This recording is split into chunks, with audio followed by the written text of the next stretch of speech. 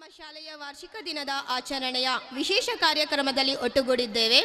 ಇಂದು ನಾವು ನಿಮಗೆ ಪ್ರಸ್ತುತಪಡಿಸುತ್ತಿರುವ ನಾಟಕವು ನಮ್ಮ ದೇಶದ ಪ್ರಜಾಪ್ರಭುತ್ವದ ಹೃದಯ ಭಾಗವಾದ ಭಾರತೀಯ ಸಂಸತ್ತಿನ ಕಾರ್ಯನಿರ್ವಹಣೆಯನ್ನು ಅನುಕರಿಸುತ್ತದೆ. ಸಂಸತ್ತು ಎಂದರೇನು? ಅದು ನಮ್ಮ ದೇಶದ ಕಾನೂನುಗಳನ್ನು ರಚಿಸುವ ಮತ್ತು ಅವುಗಳನ್ನು ಜಾರಿಗೊಳಿಸುವ ಸ್ಥಳ. ಇದು ಜನತೆಯ ಆಕಾಂಕ್ಷೆಗಳನ್ನು ಪ್ರತಿನಿಧಿಸುವ ಸ್ಥಳ. ಇಂದು ನಾವು ಈ ಸಂಸತ್ತಿನ ಕಾರ್ಯಾಚರಣೆಯನ್ನು ನಾಟಕದ ಮೂಲಕ ನಿಮಗೆ ತೋರಿಸಿಕೊಡಲಿದ್ದೇವೆ. ಈ ನಾಟಕದಲ್ಲಿ ನಮ್ಮ ಶಾಲೆಯ ವಿದ್ಯಾರ್ಥಿಗಳು ಸಂಸದರಾಗಿ, ಸಚಿವರಾಗಿ, ವಿರೋಧ ಪಕ್ಷದವರಾಗಿ, ನಾಯಕರಾಗಿ ಮತ್ತು ಸ್ಪೀಕರ್ಗಳ ಪಾತ್ರವನ್ನು ವಹಿಸುತ್ತಿದ್ದಾರೆ. ಅವರ ವಿವಿಧ ವಿಷಯಗಳ ಕುರಿತು ಚರ್ಚೆ ನಡೆಸುತ್ತಾರೆ, ವಾದ ಪ್ರತಿವಾದಗಳು ಮಾಡುತ್ತಾರೆ. ಈ ನಾಟಕದ ಮೂಲಕ ನಾವು ಏನನ್ನು ಸಾಧಿಸಲು ಬಯಸುತ್ತೇವೆ ಎಂದರೆ ನಮ್ಮಲ್ಲಿ ಪ್ರತಿಯೊಬ್ಬರೂ ಪ್ರಜಾಪ್ರಭುತ್ವದ ಪ್ರಕ್ರಿಯೆಯಲ್ಲಿ ಭಾಗವಹಿಸುವ ಮಹತ್ವವನ್ನು ಅರಿತುಕೊಳ್ಳುವುದು. ನಮ್ಮ ದೇಶದ ಭವಿಷ್ಯವನ್ನು ರೂಪಿಸುವಲ್ಲಿ ನಾವು ಪ್ರಮುಖ ಪಾತ್ರ ವಹಿಸುತ್ತೇವೆ ಎಂಬುದನ್ನು ಅರಿತುಕೊಳ್ಳುವುದು. ಈ ನಾಟಕವನ್ನು ನೋಡುವಾಗ ನೀವು ನಮ್ಮ ದೇಶದ ಸಂಸತ್ತಿನ ಕಾರ್ಯನಿರ್ವಹಣೆಯ ಬಗ್ಗೆ ಹೆಚ್ಚಿನ ಅರಿವು ಪಡೆಯುತ್ತೀರಿ ಎಂದು ನಾನು ಆಶಿಸುತ್ತಿದ್ದೇನೆ. ಮಾನ್ಯ ಮಂತ್ರಿಗಳೇ, ಮಾನ್ಯ ಶಾಸಕರೇ, ಕೆಲವು ಸಮಯದಲ್ಲಿ ಸಭಾಧ್ಯಕ್ಷರು ಆಗಮಿಸುತ್ತಿದ್ದಾರೆ.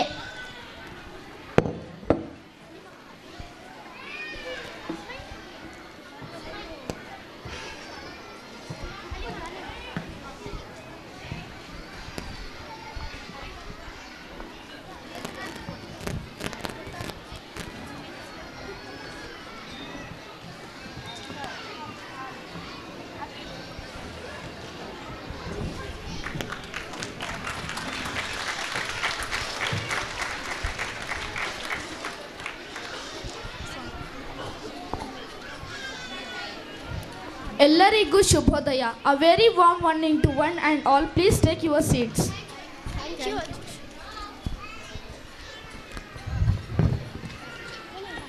ಎಲ್ಲರೂ ಹಾಜರಿರೋ ಥರ ಕಾಣಿಸ್ತಿಲ್ವಲ್ಲ? ಅಧ್ಯಕ್ಷರೇ, ಒಬ್ಬರು ಬರಬೇಕು, ಬರ್ತಾ ಇದ್ದಾರೆ. ಮಿನಿಸ್ಟ್ರೇ, ಇಲ್ಲೇ ಇದ್ದೀನಿ, ಬಂದಿದ್ದೀನಿ ಅಧ್ಯಕ್ಷರೇ. ಕೂತ್ಕೊಳ್ಳಿ.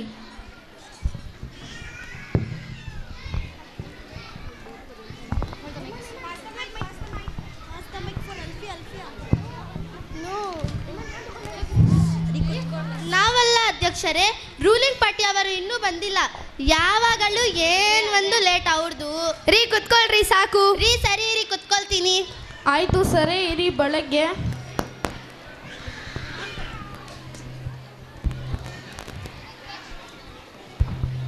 ಅಧ್ಯಕ್ಷರೇ, ಯಾವಾಗ ಬರುವುದು ಅವರು? ಬರ್ತಾರೆ, ಕುತ್ಕೊಳ್ಳಿ. ಟೈಮ್ ಇಲ್ಲ, ಏನಿಲ್ಲ. ಏನು ಅಧ್ಯಕ್ಷರೇ? ರೀ, ಆಯ್ತ್ರಿ ಬಿಡಿ, ಬರ್ತಾರೆ, ನೀವು ಕುತ್ಕೊಂಡ್ರಿ ಸಾಕು.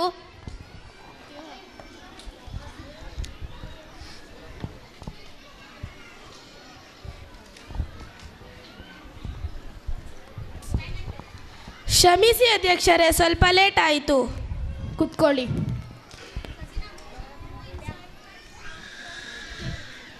ಎಲ್ಲರೂ ಬ್ಯುಸಿ ಇದ್ದೀರಾ, ಫೋನ್ ಎಲ್ಲ ಯೂಸ್ ಮಾಡ್ತಾ ಇದ್ದೀರಾ? ಇದು ನಿಮ್ಮ ಆಫೀಸ್ ಅಲ್ಲ, ನೆನಪಿರಲಿ. ಅಯ್ಯೋ ಅಧ್ಯಕ್ಷರೇ, ಈ ಆಪೋಸಿಷನ್ ಪಾರ್ಟಿ ಒಳಗೂ ಹೊರಗೂ ಮಾಡ್ತಿರೋ ರೀಕೆಗಳನ್ನು ನೋಡ್ತಾ ಇದ್ದೇವೆ. ಕ್ಷಮಿಸಿ ಅಧ್ಯಕ್ಷರೇ. ಕೂತ್ಕೊಳ್ಳಿ.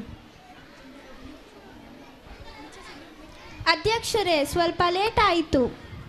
ಯಾಕೆ ಲೇಟ್? ಅಧ್ಯಕ್ಷರೇ, ಬರ್ತಾ ಇಡ್ಲಿ ಚಟ್ನಿ ತಿನ್ಕೊಂಡು ಚಟ್ನಿ ಚಲ್ಕೊಂಡೆ. ಅದಕ್ಕೆ ಮನೆಗೆ ವಾಪಸ್ ಹೋಗಿ ಸ್ಯಾರಿ ಚೇಂಜ್ ಮಾಡಿಕೊಂಡು ಬರೋ ಅಷ್ಟರಲ್ಲಿ ಲೇಟ್ ಆಯಿತು. ಏನ್ರಿ ರೀಸನ್ ಈ ಥರ ಹೇಳ್ತೀರಾ? ಸ್ವಲ್ಪನೂ ಜವಾಬ್ದಾರಿ ಇರಬೇಕು. ಕ್ಷಮಿಸಿ ಅಧ್ಯಕ್ಷರೇ, I don't repeat this again. ಕೂತ್ಕೊಳ್ಳಿ. ಎಲ್ಲರೂ ಬಂದಾಯ್ತಾ? ಅಧ್ಯಕ್ಷರೇ. ಸಭೆಯನ್ನು ಆರಂಭಿಸುವ ಮೊದಲು ಎಲ್ಲರಿಗೂ ಕೆಲವು ಸಲಹೆ ಮತ್ತು ಸೂಚನೆಗಳನ್ನು ನೀಡಲು ಬಯಸುತ್ತೇನೆ. ಸಮಯದ ಅಭಾವ ವಿರುದ್ಧರಿಂದ ಹಾಗೂ ಸಮಯದ ಸದ್ಬಳಕೆ ದೃಷ್ಟಿಯಿಂದ ಯಾವುದೇ ಪ್ರಶ್ನೆ ನೇರವಾಗಿರಲಿ ಹಾಗೆಯೇ ನೇರವಾಗಿ ಉತ್ತರಿಸಬೇಕು. ರಾಜ್ಯದ ಅಭಿವೃದ್ಧಿಯ ದೃಷ್ಟಿಯಿಂದ ಹೆಲ್ತಿ ಕ್ವಶನ್ಸ್ ಮತ್ತು ಆರೋಗ್ಯಕರ ಚರ್ಚೆಗಳಿಗೆ ಮಾತ್ರ ಅವಕಾಶ ಇರುತ್ತದೆ. ಎಲ್ಲರಿಗೂ ತಿಳಿತಾ? ಪ್ರಶ್ನೋತ್ತರ ವೇಳೆಗಳನ್ನು ಈಗ ಪ್ರಾರಂಭಿಸೋಣ. ಮೊದಲಿಗೆ ಕ್ರಮ ಸಂಖ್ಯೆ 10, ನೀವು ನಿಮ್ಮ ಪ್ರಶ್ನೆ ಕೇಳಿ. ಅಧ್ಯಕ್ಷರೇ, ಎಲ್ಲರಿಗೂ ತಿಳಿದೇ ಇದೆ, ರಾಜ್ಯದಲ್ಲಿ ಅತ್ಯಂತ ಉತ್ಸಾಹದಿಂದ ಕಾಯೋದು ಗೃಹಲಕ್ಷ್ಮಿ ಹಣಕ್ಕೆ ಹೆಂಗಸರು ತಡವಾದರೂ ಬರುತ್ತದೆ ಎಂದು ಕಾಯುತ್ತಿರುತ್ತಾರೆ. ಆದರೆ ತುಂಬ ಜನರಿಗೆ ಪ್ರಾಬ್ಲಮ್ ಆಗ್ತಿರೋದು ಏನು ಎಂದರೆ ಡಾಕ್ಯುಮೆಂಟ್ ಸರಿ ಇಲ್ಲ, ಲಿಂಕ್ ಕರೆಕ್ಟ್ ಇಲ್ಲ, KYC ವರ್ಕ್ ಜೋಡಣೆ ಆಗಿರೋ ಅವರಿಗೆ ಹಣ ಜಮಾ ಮಾಡಿಲ್ಲ. ಯಾಕೆ? ಇದಕ್ಕೆ ತೆರೆ ಎಲ್ಲವೂ ಪ್ರಯತ್ನವು ಏನು ನಮಗೆ ತಿಳಿತಿಲ್ಲ. ಸಮಸ್ಯೆಗೆ ಆಗಾಗ ಪರಿಹಾರ ಕೊಡ್ತೀರಾ ಮತ್ತು ಮುಂದಿನ ತಿಂಗಳಲ್ಲಿ ಅದೇ ಸಮಸ್ಯೆ ಯಾಕೆ? ನೀವು ಆಗಸ್ಟ್ 30, 2023ರಲ್ಲಿ ಈ ಯೋಜನೆ ಚಾಲನೆಗೆ ತಂದಿದ್ದು. ಇಲ್ಲಿವರೆಗೆ ಒಟ್ಟು 7 ಕೋಟಿ ಖಾತೆಗಳನ್ನು ನೋಂದಣಿಯಾಗಿದೆ. ಇದು ಹೇಗೆ ಸಾಧ್ಯ? ಅರ್ಥವಾಗಿಲ್ಲ ಅಧ್ಯಕ್ಷರೇ. ನಮ್ಮ ಕರ್ನಾಟಕದಲ್ಲಿ ಒಟ್ಟು 7 ಕೋಟಿ ಜನರಿದ್ದರೆ ಉಳಿದವರ ಕಥೆ ಏನು? ಇವರು ನಿಜವಾದ ದಾಖಲೆ ಸಂಖ್ಯೆ ಹೇಳಿದ್ದಾರೆ ಅಥವಾ ಎಲ್ಲರ ದೃಷ್ಟಿ ತಪ್ಪಿಸಲು ನೋಡುತ್ತಿದ್ದಾರೆ ಗೊತ್ತಿಲ್ಲ ಅಧ್ಯಕ್ಷರೇ. ಕೂತ್ಕೊಳ್ಳಿ. ಕ್ರಮ ಸಂಖ್ಯೆ 20, ನೀವು ನಿಮ್ಮ ಉತ್ತರ ಹೇಳಿ. ಮಾನ್ಯ ಅಧ್ಯಕ್ಷರೇ, ಅವರು ಟೀಕೆ ಮಾಡಿರುವುದು ನಮಗೆ ಯಾವುದೇ ಆಶ್ಚರ್ಯ ಆಗಿಲ್ಲ. ಜಮೆ ವಿಚಾರಕ್ಕೆ ಬಂದರೆ Aadhaar, mobile number, KYC account ಸರಿ ಇದ್ದವರಿಗೆ ಹಣ ಹೋಗಿದೆ. ನೋಂದಣಿ ಆಗಿ ಎಲ್ಲದಕ್ಕೂ ಅರ್ಹತೆ ಹೊಂದಿದವರಿಗೆ ಹಣ ಜಮಾಯಾಗಿದೆ.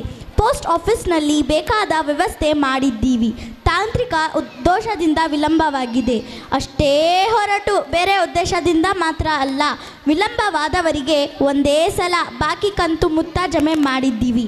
ತಿಂಗಳಿಗೆ ಬರೋಬ್ಬರಿ 2,400 ಕೋಟಿ ರೂಪಾಯಿ ಹಣ ಗೃಹಲಕ್ಷ್ಮಿ ಖಾತೆಗೆ ಜಮೆ ಮಾಡಿದ್ದೀವಿ ಅಧ್ಯಕ್ಷರೇ. ಏನ್ರಿ ಮುಗೀತಾ ನಿಮ್ಮ ಕ್ವಶನ್? ಕೇಳೋದು ಜಾಸ್ತಿನೇ ಇದೆ ಅಧ್ಯಕ್ಷರೇ. ದಾಖಲೆಗಳು ತಂದು ಮಾತಾಡ್ತೀನಿ. ಮುಂದಿನ ಪ್ರಶ್ನೆ ಕೇಳೋದಾ? ಕ್ರಮ ಸಂಖ್ಯೆ 30, ನೀವು ನಿಮ್ಮ ಪ್ರಶ್ನೆ ಕೇಳಿ. ಗೌರವ ಅಧ್ಯಕ್ಷರೇ, we launched 2 flagships. Those are Elevate 2024 and Karnataka Accelerator Network, that is KN, to boost up the startup ecosystem in the state. It almost grants up to 50 lakh per startup, which helps to our young and talented youths and others to start their own business. Thank you, ಸಭಾ ಅಧ್ಯಕ್ಷರೇ. ಕೂತ್ಕೊಳ್ಳಿ. ಕ್ರಮ ಸಂಖ್ಯೆ 40, ನೀವು ನಿಮ್ಮ ಉತ್ತರ ಹೇಳಿ. ಮೊದಲಿಗೆ ರೂಲಿಂಗ್ ಪಾರ್ಟಿಗೆ ನಾವು ತುಂಬ ಹೃದಯದಿಂದ ಕಂಗ್ರ್ಯಾಚುಲೇಟ್ ಮಾಡ್ತೀನಿ. ಆದರೆ ಯಾವುದೇ ರೀತಿ ಫ್ಲ್ಯಾಗ್ಶಿಪ್ ಲಾಂಚ್ ಆದರೂ ಉಪಯೋಗ ಆಗುತ್ತಾ ಇಲ್ವಾ ಅನ್ನೊಂದು ನೋಡ್ಕೋಬೇಕು ಅಧ್ಯಕ್ಷರೇ. ಅದರಲ್ಲಿ ನಮ್ಮ ರಾಜ್ಯದ ಯುವಕರಿಗೆ ಇದೇ ಸಹಾಯಕರವಾಗಬೇಕು ಅಷ್ಟೇ. ಅನ್ಎಂಪ್ಲಾಯ್ಮೆಂಟ್ ಕಮ್ಮಿ ಆದರೆ ಅಷ್ಟೇ ಸಾಕು. ನಮ್ಮ ರಾಜ್ಯದ ಜನರಿಗೆ ಮೊದಲ ಆದ್ಯತೆ ನೀಡಿದ್ದರೆ ಇನ್ನೂ ಸಂತೋಷ ಅಧ್ಯಕ್ಷರೇ. ಆಗುತ್ತೆ ಬಿಡಿ ಮಿನಿಸ್ಟ್ರೆ, ಖಂಡಿತ ಆಗೋ ಥರ ರೂಲಿಂಗ್ ಪಾರ್ಟಿ ಅವು ನೋಡ್ಕೋತಾರೆ. ಕ್ರಮ ಸಂಖ್ಯೆ 50, ನೀವು ನಿಮ್ಮ ಪ್ರಶ್ನೆ ಕೇಳಿ. Respect speaker sir, if we start to discuss about sport, the name sport is only we can hear in Olympics time only. Athletes going and coming back, participating and coming back to our homeland. If the government support with them all the essential needs and provide all the best facilities, mean they will participate with full of energetic and confidence, which leads to winning number of medals. In my opinion, the students should be encouraged sports. We should not lead them to pass their book and studies. If they show interest in game, it will be a lot for sports. ಕೂತ್ಕೊಳ್ಳಿ. ಕ್ರಮ ಸಂಖ್ಯೆ 60, ನೀವು ನಿಮ್ಮ ಉತ್ತರ ಹೇಳಿ. ಅಧ್ಯಕ್ಷರೇ, ಇವರು ಯಾಕೆ ಏನು ಒಂದು ಹೇಳಬೇಕು ಅಂತ ಹೇಳುತ್ತಿದ್ದಾರೆ, ಸ್ವಲ್ಪನೂ ತಿಳಿದುಕೊಂಡಿಲ್ಲ ಅನ್ನಂತೆ ನಾವು ಯಾವುದೇ ಅಟ್ಲಾಂಟ್ ನ್ಯಾಷನಲ್ ಲೆವೆಲ್ ಅಲ್ಲಿ ಪಾರ್ಟಿಸಿಪೇಟ್ ಮಾಡಿರೋವರಿಗೆ ಶಿಕ್ಷಣದಲ್ಲಿ ಕೂಡ ಮರುಪಾವತಿ ಮಾಡಿದ್ದೇವೆ. ಯುವ ಪ್ರತಿಭೆಗಳಿಗೆ ONGC ಸ್ಕಾಲರ್ಶಿಪ್ನ ಪ್ರೊವೈಡ್ ಮಾಡಿದ್ದೇವೆ. ಅಷ್ಟೇ ಅಲ್ಲದೆ ಕ್ರೀಡಾ ಯುವ ಮತ್ತು ಅಟ್ಲಾಂಟ್ಗಳಿಗೆ ಲಕ್ಷ ಸ್ಕಾಲರ್ಶಿಪ್ನ ಪ್ರೊವೈಡ್ ಮಾಡಿದ್ದೇವೆ. ಈ ಥರ ಹೇಳುವುದಾದರೆ ತುಂಬ ಇದೆ ಅಧ್ಯಕ್ಷರೇ. ಮತ್ತು ಅಧ್ಯಕ್ಷರೇ, with your permission I mention this. He commenting on my educational choices. I demand that it should be removed from assembly records and kindly accept minister to take back his words. Thank you, ಸಭಾಧ್ಯಕ್ಷರೇ. ಕೂತ್ಕೊಳ್ಳಿ. Okay, ಸಮಾಧಾನ ಮಾಡ್ಕೊಳ್ಳಿ. I kindly refrain from going into personal choices and subject choices is not acceptable in the assembly. ಕ್ರಮ ಸಂಖ್ಯಾ 70, ನೀವು ನಿಮ್ಮ ಪ್ರಶ್ನೆ ಕೇಳಿ. ಮಾನ್ಯ ಅಧ್ಯಕ್ಷರೇ, ರೂಲಿಂಗ್ ಪಾರ್ಟಿಯವರು ಗ್ಯಾರಂಟಿನ ಜಾರಿ ಮಾಡಿದ್ದೋ ನಮ್ಮ ರಾಜ್ಯದ ಹೆಂಗಸರು ಅದೇ ಖುಷಿಯಲ್ಲಿ ಶಕ್ತಿ ಯೋಜನೆ ಬಂತು ಅಂತ ಪ್ರವಾಸಗಳ ಏನು ನೋಡ್ತೀರಾ, ನೆಂಟರ ಮನೆಗೆ ಹೋಗೋದು ಏನು ನೋಡ್ತೀರಾ, ಫುಲ್ ಜೋರಾಗಿ ಓಡಾಡ್ತಾ ಇದ್ದಾರೆ. ಇದು ಖುಷಿ ವಿಚಾರನೆ. ಆದರೆ ಒಬ್ಬರ ಖುಷಿ ಇನ್ನೊಬ್ಬರಿಗೆ ತೊಂದರೆ ಕೊಡಬಾರದು ಅಲ್ಲ. ಹೆಂಗಸರೇನು ಒಬ್ಬರ ಮೇಲೆ ಒಬ್ಬರು ಬಿದ್ದುಕೊಂಡು ಗಲಾಟೆಗಳು ಮಾಡಿಕೊಂಡು ಪ್ರಯಾಣ ಮಾಡ್ತಾ ಇದ್ದಾರೆ. ಇವರು ಗಲಾಟೆಯಿಂದ ಎಷ್ಟು ಬಸ್ಸುಗಳಲ್ಲಿ ಕಿಟಕಿಗಳು ಸೀಟುಗಳು ಹಾಳಾಗಿರೋದು ಬಂದಿದೆ ಅಧ್ಯಕ್ಷರೇ. ಇನ್ನೊಂದು ಗಂಭೀರ ವಿಚಾರ ಅನ್ಬೇಕು ಅಥವಾ ತಮಾಷೆಯ ವಿಚಾರ ಅನ್ಬೇಕು ಗೊತ್ತಿಲ್ಲ, ಬಸ್ಸಿನ ಡ್ರೈವರ್ ಸೀಟ್ ಕುತ್ಕೊಳ್ಳಕ್ಕೆ ಹೋಗಿ ಗಲಾಟೆಗಳು ನಡೆದಿದೆ ಅಧ್ಯಕ್ಷರೇ. ಕ್ರಮ ಸಂಖ್ಯಾ 100, ನೀವು ನಿಮ್ಮ ಉತ್ತರ ಹೇಳಿ. ವಿರೋಧ ಪಕ್ಷದವರು ನಿಜವಾಗಿ ನಮ್ಮ ಕೆಲಸಗಳನ್ನು ನೋಡುತ್ತೇನೆ ಇಲ್ಲ ಅನಿಸುತ್ತೆ. ನಾವು ಈಗಾಗಲೇ ಹೆಂಚು ಬಸ್ಸುಗಳನ್ನು ಚಾಲನೆಗೆ ಬಿಟ್ಟಿದ್ದು ಎಲ್ಲ ಕಡೆಗಳಲ್ಲಿ ಸಕಾರಾತ್ಮಕವಾಗಿ ಪ್ರಯಾಣಗಳು ನಡೀತಾ ಇದೆ. ಅವರು ಹೇಳದಂತೆ ರಾಜ್ಯದ ಕೆಲವು ಕಡೆಗಳಲ್ಲಿ ಸ್ವಲ್ಪ ಬಸ್ಸುಗಳನ್ನು ಅವೈಲಬಿಲಿಟಿ ಕಮ್ಮಿ ಇದೆ. ಬಟ್ ಅಲ್ಲಿ ಕೊಡೋ ಟೈಮಿಂಗ್ ಪ್ರಕಾರ ಬಸ್ಸುಗಳು ಇದೆ. ಇನ್ನೂ ಬಸ್ಸುಗಳನ್ನು ಅಳವಡಿಸುತ್ತೀವಿ ಅಂತ ನಾನು ಈ ಮೂಲಕ ಹೇಳ್ತಾ ಇದ್ದೀನಿ ಅಧ್ಯಕ್ಷರೇ. ಕುತ್ಕೊಳ್ಳಿ. ಕ್ರಮ ಸಂಖ್ಯಾ 120, ನೀವು ನಿಮ್ಮ ಪ್ರಶ್ನೆ ಕೇಳಿ. ಅಧ್ಯಕ್ಷರೇ, ನಾವು ನಮ್ಮ ಎಲ್ಲರ ಅಚ್ಚುಮೆಚ್ಚಿನ ನಾಡದ ಕೋಲಾರ ಬಗ್ಗೆ ಹೇಳಿ ಬಯಸುತ್ತೇನೆ. ಮಿಲ್ಕ್ ಸಿಲ್ಕ್ ಗೋಲ್ಡ್ ಸಿಟಿ ಅಂದರೆ ಕರೀತಾರೆ. ಕೊರ್ದ ಗೋಲ್ಡ್ ಎಲ್ಲ ಖಾಲಿಯಾಗಿದೆ. ಮಿಲ್ಕ್ ಬಗ್ಗೆ ಏನೂ ಹೇಳಬೇಡಿ. ಏನ್ರಿ ಏನು ಆಗ ಮಾತಾಡ್ತೀರಾ? ಎಲ್ಲ ಚೆನ್ನಾಗಿದೆ, ನಡೀತಿದೆ. ಕಬ್ಬಿ ತುಮಾರ ಓಚ್ ಕೆಜಿ ಇರಿ, ಮಾತಾಡೋಕ್ಕೆ ಅವಕಾಶ ಮಾಡಿಕೊಡ್ಬೇಕು. ಮಾತಾಡೋಕ್ಕೆ ಅವಕಾಶ ಕೊಟ್ಟರೆ ಹೇಳ್ಬೋದು ಅಧ್ಯಕ್ಷರೇ. ತಿಂಗಳಿನ ಗೊಂಬೆ ಹಾಲಿನ ಬೇರೆ ಇರುಕ್ಕೆ ಆಗುತ್ತೆ. ಇನ್ನು KMF ಬಗ್ಗೆ ಊರೆಲ್ಲ ನ್ಯೂಸ್ ಆಗಿದೆ ಗೊತ್ತು ನನಗೆ. ಇದರ ಬಗ್ಗೆ ನಾನು ಮಾತಾಡಲ್ಲ. ಹುರಿಯೋ ಬೆಂಕಿಗೆ ನಾವು ತುಪ್ಪ ಸುರಿಯಲ್ಲ, ಯಾಕೆಂದರೆ ತುಪ್ಪ ಕಾಸ್ಟ್ಲಿ ಜಾಸ್ತಿ ಇದೆ. ನಾವು ಮೊನ್ನೆ ತಿಂಗಳು ಖಾಲಿ ಆಗಿದ್ದ ಬಗ್ಗೆ ತಿಳಿಸ್ತೀನಿ. KMF builders and develop report ಪ್ರಕಾರ 20 lakh ಲಾಸ್ ಆಗಿದೆ. ಇಷ್ಟು ಲಾಸ್ ಆಗಿದೆ ಹೆಂಗೆ ಅಧ್ಯಕ್ಷರೇ? ಡೀಲರ್ಸ್ನ ಅಟ್ರ್ಯಾಕ್ಟ್ ಮಾಡ್ಕೊನಿಲ್ಲ ಆರ್ ಎಂಕರೇಜ್ ಮಾಡಿಲ್ಲ ಅಂದರೆ ಕಷ್ಟ ಇದೆ ಅಧ್ಯಕ್ಷರೇ. ಅಧ್ಯಕ್ಷರೇ, ಸಮಾಧಾನ ಮಾಡ್ಕೊಂಡು ಅಲ್ಲಿ ಆಪೋಸಿಷನ್ ಪಾರ್ಟಿಯವರಿಗೆ ಒಂದೇ ಸಲ ಪಟ ಅಂದರೆ ಹೇಗೆ ನಮಗೂ ಇರೋದು ಹೇಳಿ ಹೀಗೆ ಅಧ್ಯಕ್ಷರೇ. ನಮ್ಮನ್ನು ಬ್ಲೇಮ್ ಮಾಡ್ತಾ ಇದ್ದಾರೆ. ಕೂತ್ಕೊಳ್ಳಿ. ಅಧ್ಯಕ್ಷರೇ, ಸೆಪ್ಟೆಂಬರಲ್ಲಿ ಲಾಸ್ ತೋರಿಸಿರುವವರು ಅಕ್ಟೋಬರ್ ನವೆಂಬರಲ್ಲಿ ಪ್ರಾಫಿಟ್ ಬಂದಿರೋದು ಗೊತ್ತಿಲ್ವಾ ಇವರಿಗೆ? ಮಿಲ್ಕ್ ಸಿಲ್ಕ್ ಎಲ್ಲಿ ಓಕೆ ಗೋಲ್ಡ್ ಕಮ್ಮಿ ಆಗಿದೆ, ಅದಕ್ಕೆ ನೋಡೋಣ ಪರಿಹಾರ ಮಾಡೋಣ ಅಧ್ಯಕ್ಷರೇ. ಕಾಪಾಡಿಕೊಂಡ ಮೇಲೆ ತಾನೇ ಬಂದಿರೋದಕ್ಕೂ ನೋಡಿಬೇಕು. DLS ವಿಚಾರ ಆದರೆ ಫ್ಲಕ್ಚುವೇಷನ್ ಮಾಮೂಲಿ ಎಲ್ಲಿಗೂ ಗೊತ್ತಿಲ್ವಾ?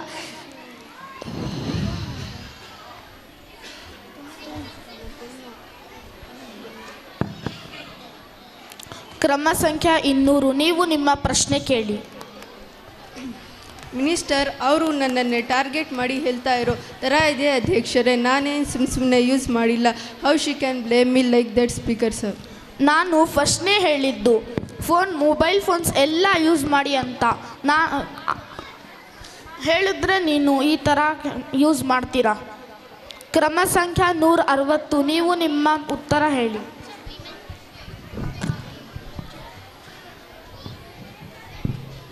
ಗೌರವ ಅಧ್ಯಕ್ಷರೇ, ನಮಗೆ ಎಲ್ಲರಿಗೂ ಈ ವರ್ಷದಲ್ಲಿ ಅಕಾಲಿಕ ಮಳೆ ಚಳಿ ಬಗ್ಗೆ ತಿಳಿದೇ ಇದೆ. ನಾವು ಹಳ್ಳಿಗಳ ವಿಚಾರ ಮಾತಾಡೋ ಮುಂಚೆ ಒಂದು ಹೇಳಕ್ಕೆ ಬಯಸುತ್ತೇನೆ. ನಮ್ಮ ರೂಲಿಂಗ್ ಪಾರ್ಟಿಯವರು ನಮ್ಮ ರಾಜ್ಯದಲ್ಲಿ ಇದಾರಲ್ವಾ ಗೊತ್ತಿಲ್ಲ. ಕಸ ಅನ್ನೋದು ಬೆಂಗಳೂರಿನ ಸಂಧಿಯಲ್ಲಿದೆ. ಕಸ ನಿರ್ವಹಣೆಗೆ ಎಷ್ಟೇ ಕೊಟ್ಟು ಸ್ಯಾಂಕ್ಷನ್ ಆದರೂ ಪರಿಹಾರ ಮಾತ್ರ ಸ್ಯಾಂಕ್ಷನ್ ಆಗಿಲ್ವಾ? ಇವರು ಏನು ಮಾಡ್ತಾ ಇದ್ದಾರೆ ಅಂತ ಗೊತ್ತಿಲ್ಲ. ಈ ಕಸದಿಂದ ಬಿದ್ದಿ ನಾಯಿಗಳು ಆ ಕಸನ ಕಚ್ಚಿ ಎಲ್ಲದಡ್ಡಿ ಇರೋ ಏರಿಯಾ ಎಲ್ಲ ಗಲೀಜು ಮಾಡ್ತಾ ಇದ್ದಾರೆ. ಈ ಮಳೆಯಿಂದಾಗಿ ಕಸಗಳು ಬಿದಿಗಳಲ್ಲಿ ರಾಜ್ಯ ಸುತ್ತ ಕಾಣಿಸ್ತಾ ಇದೆ. ಮಳೆ ನೀರು ಎಲ್ಲ ರಸ್ತೆಯಲ್ಲಿ ನಿಲ್ತಾ ಇದೆ. ಎಷ್ಟೇ ಪ್ರಯತ್ನ ಪಟ್ಟರೂ ರೋಗಗಳು ಬರದೇ ಇರೋದಿಲ್ಲ. ಅಂಥದರಲ್ಲಿ ಈಗ ಡೆಂಗು, ಮಲೇರಿಯಾ, ಟೈಫಾಯ್ಡ್ ಭಯಾನಕ ಜ್ವರಗಳು ಹೆಚ್ಚಾಗ್ತಾ ಇದೆ. ಇದಕ್ಕೆ ನನಗೆ ಮತ್ತು ನಮ್ಮ ರಾಜ್ಯದ ಜನತೆಗೆ ಪರಿಹಾರ ಅಥವಾ ಉತ್ತರ ಬೇಕಾಗಿದೆ ಅಧ್ಯಕ್ಷರೇ. ಕ್ರಮ ಸಂಖ್ಯೆ 263. ನೀವು ನಿಮ್ಮ ಉತ್ತರ ಹೇಳಿ. ಮೊದಲಿಗೆ ಗೌರವ ಅಧ್ಯಕ್ಷರಿಗೆ ಶುಭೋದಯ. ವಿರೋಧ ಪಕ್ಷದವರಿಗೆ ನಮ್ಮ ರಾಜ್ಯದ ಮೇಲೆ ಇರುವ ಕಾಳಜಿಯನ್ನು ನೋಡಿ ಸಂತೋಷಿಸುತ್ತಿದ್ದೇನೆ. ಕಸದ ನಿರ್ವಹಣೆಗೆ ಗ್ರಾಮೀಣ ಭಾಗವಾಗಲಿ ಸಿಟಿಗಳಾಗಲಿ ಎಲ್ಲ ಕಡೆಯಲ್ಲೂ ನಾವು ಅಧಿಕಾರಿಗಳನ್ನು ನೇಮಿಸಿದ್ದೇವೆ. ಹಸಿ ಕಸ ಮತ್ತು ಒಣ ಕಸದ ಕಾನ್ಸೆಪ್ಟ್ನ ಜನಗಳಿಗೆ ಅರ್ಥ ಮಾಡಿಸ್ತಾ ಇದ್ದೀವಿ. ದಿನ ಬಿಟ್ಟು ದಿನ ಸಂಗ್ರಹಣೆ ನಡೀತಾ ಇದೆ. ಆದರೂ ಕಸದ ಬಗ್ಗೆ ಕಂಪ್ಲೇಂಟ್ ಕೇಳಬೇಕಾಗ್ತಿದೆ. ಎಲ್ರಿ ಆಗಿದ್ದೀರಾ? ಕಸ ನಿರ್ವಹಣೆಗೆ ಬಂದ್ರಿ, ಬೆಂಗಳೂರು ಬಂದರು.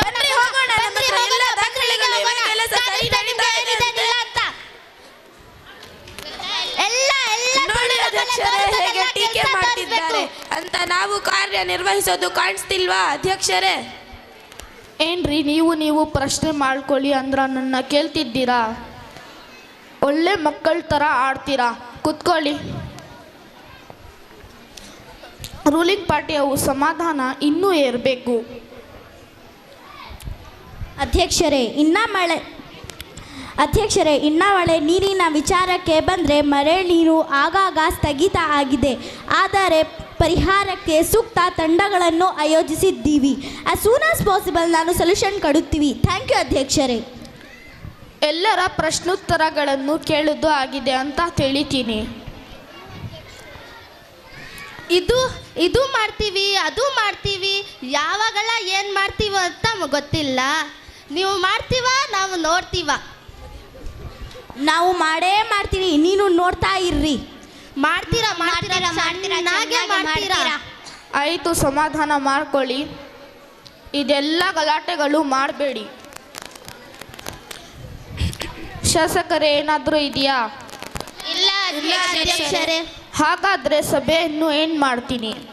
ಎಲ್ಲರಿಗೂ ಒಂದೇ ಮಾತು. ಜವಾಬ್ದಾರಿಯುತ ಹುದ್ದೆಯಲ್ಲಿದ್ದು ಎಲ್ಲ ಕೆಲಸಗಳನ್ನು ಜನರಿಗಾಗಿ ನಿರ್ವಹಿಸಿ ಅವರಿಗೆ ನಿಮಿದಾಗುವ ಎಲ್ಲ ಸೌಕರ್ಯಗಳನ್ನು ನೀಡಬೇಕಾಗಿ ತಿಳಿಸುತ್ತೇನೆ. Thank you for today. The session has been ended here. Thank you ಅಧ್ಯಕ್ಷರೇ. ಥ್ಯಾಂಕ್ ಯು ಅಧ್ಯಕ್ಷರೇ.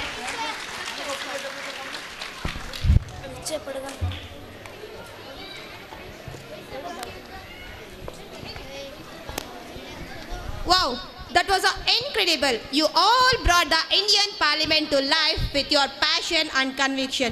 Your research, your speeches and your debates were truly impressive. You have shown us all the importance of active citizenship and the power of our voices. Thank you for this inspiring and educational experiences.